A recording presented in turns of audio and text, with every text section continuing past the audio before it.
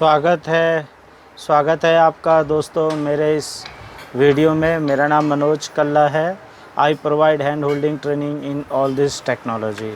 दोस्तों आज का वीडियो है how to manage the validation using the data annotations in MVC. यानी मॉडल वैलिडेशन बोल दो या वैलिडेशन बोल दो, कैसे करते हैं, ठीक है ना। तो ये उसी से रिलेटेड वीडियो है, ASP.NET मॉडल वैलिडेशन। दोस्तों अभी तक हम लोगों ने, जैसे आज 26 नवंबर है, मैंने मॉर्निंग में ये डिलीट रिकॉर्ड भी इशू रिलीज़ किया है कि मैं ये चाहता हूँ जल्दी से जल्दी ये जो सीरीज़ है ये पूरी बन जाए। तो ASP.NET MVC वैलिडेशन में क्या होता है, कैसे होता है, आज हम ये सब मॉडल वैलिडेशन के बारे में बात करेंगे। दोस्तों पहले हम लोग समझ लेते हैं कि इसमें क्या क्या चीज़ें होंगी। कई लोगों के जो न्यू स्टूडेंट्स होते हैं, जो स्टूडेंट्स हैं या जो नए MVC सीख रहे हैं, वेब फॉर्म से माइग्रेट हो रहे हैं या कोई वेब फॉक्स प्रो से MVC सीखना चाहते हैं, वो ये सब वर्ड सुनते हैं, model, entity, Poco, view model, ये सब क्या चीज़ होती है उनके समझ में नहीं आता। ठीक है, web.config में सेटिंग में क्या करना पड़ता है, कौन सा नेम स्पेस यूज़ करना पड़ता है, वो सब हम बात करेंगे। तो दोस्तों मॉडल और एंटिटी, पोको, ये सब चीज़ एक ही चीज़ के अलग अलग तरीक़ों पे, अलग अलग जगह पे, जैसे एंटिटी फ्रेमवर्क में अगर मैं, तो उसे एक एंटिटी कहते हैं, क्लास कह लो, DTO कह लो। जैसे DTO का फुल फॉर्म है डेटा ट्रांसफ़र ऑब्जेक्ट। पोको का मतलब है प्लेन ओल्ड CR ऑब्जेक्ट भी बोलते हैं, कोई C# ऑब्जेक्ट भी कहता है। ठीक है, व्यू मॉडल यानी क्या होता है कि जो कि UI पे, अगर आप समझ लो कि आपका कोई टेबल है जिसमें 4 फील्ड है या 10 फील्ड है, आपको सिर्फ 4 ही फील्ड UI पे दिखानी है, तो उसके लिए फॉर व्यू पर्पज़ अगर आप उस फील्ड को कम कर रहे हो और उतनी फील्ड ही दिखानी है और उसके लिए मॉडल बनाते हैं, तो उसे व्यू मॉडल कहते हैं। यानी क्या कि आपके पास 50 फील्ड का एक क्लास है लेकिन आपको 15 फील्ड ही बाहर दिखानी है, तो आप उसके लिए स्पेसिफिक कोई फील्ड बनाओगे तो उसे व्यू मॉडल कहेंगे। दोस्तों ऐसे तो बाइंड करके भी एट्रीब्यूट होता है, जहाँ पे आप बाइंड अनबाइंड भी यूज़ कर सकते हो, लेकिन वो डेटा सेव के पर्पज़ में ज़्यादा यूज़ होता है। ठीक है, फिर model, entity, POCO, this are all the same name. दूसरा, ये जो सेटिंग है ये आपको डालनी पड़ती है, ठीक है ना। तो जिससे क्या होता है, वो क्लाइंट साइड में एक्टिव हो जाता है। अदरवाइज़ आपका चलेगा तो सही मॉडल वैलिडेशन, लेकिन वो सिर्फ सर्वर साइड लेके फिर चलेगा, नहीं तो क्या पोस्ट बैक नहीं लेगा अगर आपने ये इनेबल कर दिया तो। दूसरा, इसमें जो नेम स्पेस यूज़ होना है वो है system.componentModel.eno डेटा एनोटेशन, ये यूज़ होगा और ये असेंबली आपको यहाँ पर मिल भी जाएगी। ठीक है, और बेसिकली जब हम काम करने जाएंगे, अभी प्रैक्टिकल करवाऊँगा, तब आप देखेंगे कि रिक्वायर्ड, मिनिमम लेंथ। तो रिक्वायर्ड एक डेटा एनोटेशन एट्रीब्यूट है, यानी आप किसी प्रॉपर्टी पे, फील्ड पे लिख दोगे कि रिक्वायर्ड है ये, तो वो मैंडेटरी फील्ड हो जाएगा। जैसे कि आप HTML में भी रिक्वायर्ड लिखते हैं वैसे हो जाएगा, ठीक है ना। फिर minimum length, maximum length, range, string length, email address, display format, display name, regular expression, bind, हम ये सब यूज़ कर सकते हैं और हम 1 बाय 1 हम देखेंगे भी, ठीक है ना। तो ये इस तरीके से आएगा। आइए वीडियो अब हम प्रैक्टिकल करते हैं। अब इसमें प्रैक्टिकल कैसे होगा वो चीज़ को हम समझते हैं। प्रैक्टिकल कैसे करेंगे, जैसे एक पब्लिक एक्शन रिज़ल्ट, यहाँ पे मैं बना देता हूँ न्यू एम्प्लॉई, ठीक है, और इसको गेट ले लेता हूँ मैं, HTTP गेट, ठीक है, और यहाँ पे मैं रिटर्न करता हूँ व्यू, ठीक है। और अब मैं करता हूँ HTTP post public oh my God, public action result new employ,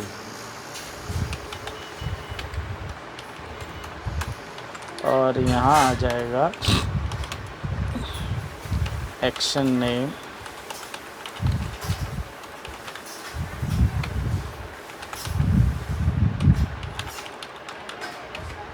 action name, और इधर दे देंगे, या इसमें आपका कोई प्रॉब्लम तो नहीं आएगा। यहाँ मॉडल बना देंगे एम्प्लॉय मॉडल और यहाँ दे देंगे EMP, ठीक है। यहाँ दे देंगे रिटर्न व्यू, ठीक है। ये हो गया हमारा काम, ठीक है। अब हम लोग मॉडल में जाएंगे और यहाँ पे देंगे क्लास, ठीक है, और यहाँ पे दे देंगे एम्प्लॉय मॉडल।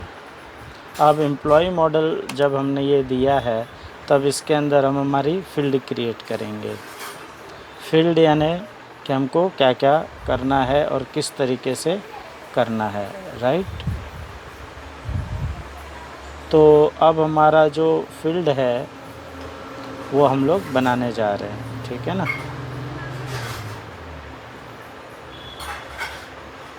अब फील्ड में हमारे क्या क्या है, public, integer, employee ID, get set, public, string, full name, जिसे मैंने फुल नेम दिया, फुल नेम, गेट सेट। तो ये मैं अभी आपको एक नॉर्मली बना के दिखा रहा हूँ, तो इसके बाद फिर हम देखेंगे कि हम इसमें और क्या क्या कर सकते हैं।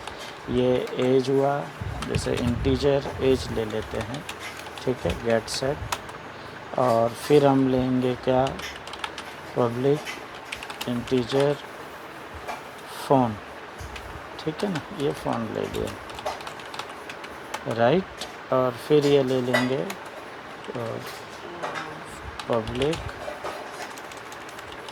पब्लिक स्ट्रिंग, ईमेल ID, ठीक है दोस्तों। तो इस तरीके से हमने ये मॉडल बनाया है, ठीक है। अब क्या करेंगे, अब हम करेंगे इसके ऊपर कि भाई करना क्या क्या है।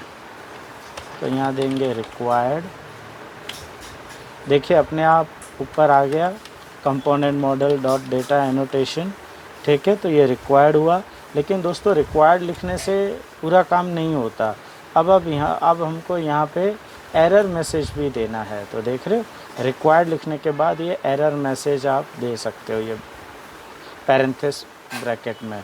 तो मैंने यहाँ एरर मैसेज लिखना है, एरर मैसेज, और ये एरर मैसेज दे दूँगा, please enter employee full name, ठीक है ना। तो ये इस तरीके से मैंने ये यहाँ दे दिया, ठीक है। अब मैं बोलूँगा कि एटलीस्ट 5 कैरेक्टर तो आपको देना पड़ेगा, बराबर है। तो ये मिनिमम लेंथ आया, ठीक है। अब मिनिमम लेंथ के बाद हम क्या करेंगे, ब्रैकेट ओपन करेंगे कि बोले 5 अक्षर का तो नाम लिखो कम से कम। और यहाँ एरर मैसेज में हम ये लिख देंगे, क्या देंगे, फुल नेम मिनिमम 5 लेटर्स,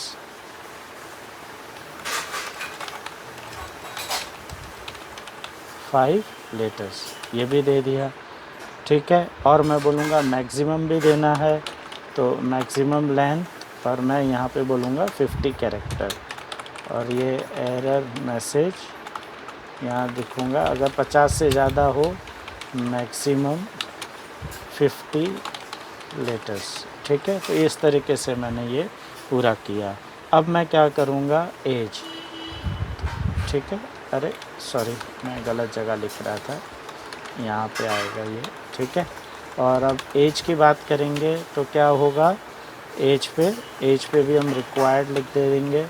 और यहाँ पे देखेंगे error message, age please enter employee age, ठीक है। अब हम क्या लिखेंगे, रेंज, ठीक है ना। तो रेंज यानी क्या कि मिनिमम इतना कि 18 साल से 21 साल से, या 21 कर देते हैं, चलो 21 साल से 60 साल तक का। और इसका एरर मैसेज क्या होगा, यहाँ लिखेंगे age should be 21 to 60 only, okay. और फ़ोन नंबर में यहाँ लिखेंगे कि फ़ोन नंबर भी ज़रूरत है। तो रिक्वायर्ड में अब हम यहाँ पे लिखेंगे एरर मैसेज और यहाँ लिखेंगे प्लीज़ इंटर मोबाइल और लैंडलाइन नंबर। ओके, और यहाँ पे अब लिखेंगे कि स्ट्रिंग लेंथ, कि जो इसकी स्ट्रिंग की लेंथ है, ठीक है ना, स्ट्रिंग की जो लेंथ है वो 12 कैरेक्टर तक जाएगी। मोबाइल और landline number not more than 12 letters. Okay, और ये जो ईमेल एड्रेस है, इसके लिए यहाँ ईमेल एड्रेस कंपलसरी नहीं है, लेकिन हम इसमें एरर देना चाहेंगे कि अगर उसने डाल दिया है तो perfect please inter correct email ID. बस ये हो गया। तो इस तरीके से माय डियर व्यूअर्स या माय फ्रेंड्स, आप लोग देख रहे हैं कि किस तरीके से हम लोगों ने ये रिक्वायर्ड और ये वो सब हमने डाल दिया, राइट। हम लोगों ने ये सब मैसेज डाला, ठीक है ना। तो अब क्या हो गया, ये वैलिडेशन है। आप लोग समझ गए होंगे कि फुल नेम में अगर कुछ नहीं डाला होगा तो मैसेज आएगा please enter your employee full name, please enter employee full name. और अगर उन्होंने मिनिमम लेंथ 5 से कम डाला तो ये मैसेज आएगा, 50 से ज़्यादा डाला तो ये मैसेज आएगा, एज भी। इस तरीके से बहुत सारे एट्रीब्यूट्स हैं, ठीक है ना। तो हम आगे इसको और भी सीखते जाएंगे। तो अब मैं क्या करता हूँ, यहाँ पर ये न्यू मैं एक व्यू क्रिएट करता हूँ, ऐड व्यू, ये किया, न्यू एम्प्लॉय, यहाँ पे क्रिएट में जाऊँगा, मॉडल क्लास एम्प्लॉय मॉडल, और लेआउट पे जो है वो लेने देते हैं, ठीक है। अब ये मैंने ऐड कर दिया, ठीक है, ये ऐड हो गया, ठीक है। अब ये यहाँ पर मैं इसे एग्जीक्यूट करता हूँ। क्या एरर आ रहा है, ओके, ये एम्प्लॉय मॉडल यहाँ नहीं है। तो अब हम क्या करेंगे, यूजिंग लर्न एमवीसी और यहाँ मॉडल दे देंगे, ठीक है ना। ये मॉडल का लिंक का एरर था, वो रिज़ॉल्व कर दिया है, ठीक है। अब देखिए आप, अब इसका क्या नाम था, होम न्यू। अभी आप देखिए ये मैं क्रिएट कर रहा हूँ, तो देखिए, और इसके साथ यहाँ पे एट्रीब्यूट पे लगा देता हूँ मैं। अब मैं देखिए क्रिएट पे कर रहा हूँ तो आप देख रहे हो यहाँ नहीं जा रहा है, देख रहे हो, क्योंकि ये क्लाइंट साइड जा रहा है। क्यों क्लाइंट साइड जा रहा है, तो अब मैं आपको बताता हूँ। अब ये देखिए web.config में अगर मैं इसे डिसेबल कर दूँगा, ठीक है ना, मैं इसे अभी देखिए डिसेबल, अभी नहीं गया था ना, ये मैं सबमिट कर रहा था वो नहीं गया था, अब मैं इसे डिसेबल कर देता हूँ, ठीक है। तो भी आपका ये तो चलेगा ही, क्या कहते हैं इसे, डेटा वैलिडेशन, मॉडल वैलिडेशन बोल दो, वो चलेगा, लेकिन आपका देख रहे हो सर्वर साइड पे जाके और फिर आपको एरर दिखाई देगा, राइट। लेकिन यही अगर मैं web.config में इसे अगर मैं रखता हूँ क्लाइंट वैलिडेशन इनेबल ट्रू, और अब मैं इसे एक्टिवेट करता हूँ, तो अब देखिए मैं वही URL डाल देता हूँ। अभी देखिए अब मैं क्रिएट दबा रहा हूँ, तो देखिए यहाँ पे पोस्ट बैक नहीं हुआ, कंट्रोलर के पोस्ट में नहीं आया। क्यों, क्योंकि उसने क्लाइंट साइड वैलिडेशन भी ले लिया है ऑटोमेटिक। तो client side validation, model validation, client validation enable true करना है, अनऑब्स्ट्रक्टिव जावास्क्रिप्ट इनेबल ट्रू करना है ना। अच्छी चीज़ यही वेब फॉर्म में करने के लिए थोड़ी मेहनत थोड़ी ज़्यादा करनी पड़ती थी, यहाँ देख लो कितना अच्छे से हो गया। इसलिए बोलते हैं ना कि लेटेस्ट टेक्नोलॉजी में माइग्रेट होते रहना चाहिए, ठीक है। अब ये ईमेल आईडी लिया, अब मैं यहाँ पे समझ लो कि मैंने 4 अक्षर का ही दिया मैंने, तो देख रहे हो आ गया फुल नेम मिनिमम 5 लेटर्स आ गया। और अब मैं यहाँ पे मैं ज़्यादा लिख रहा हूँ, 50 कैरेक्टर से ज़्यादा, तो देखिए फुल नेम मैक्सिमम 50 लेटर्स भी आ गया। तो इस तरीके से ये मेरा वैलिडेशन जो था ये मैंने आपको दोनों करके दिखाया।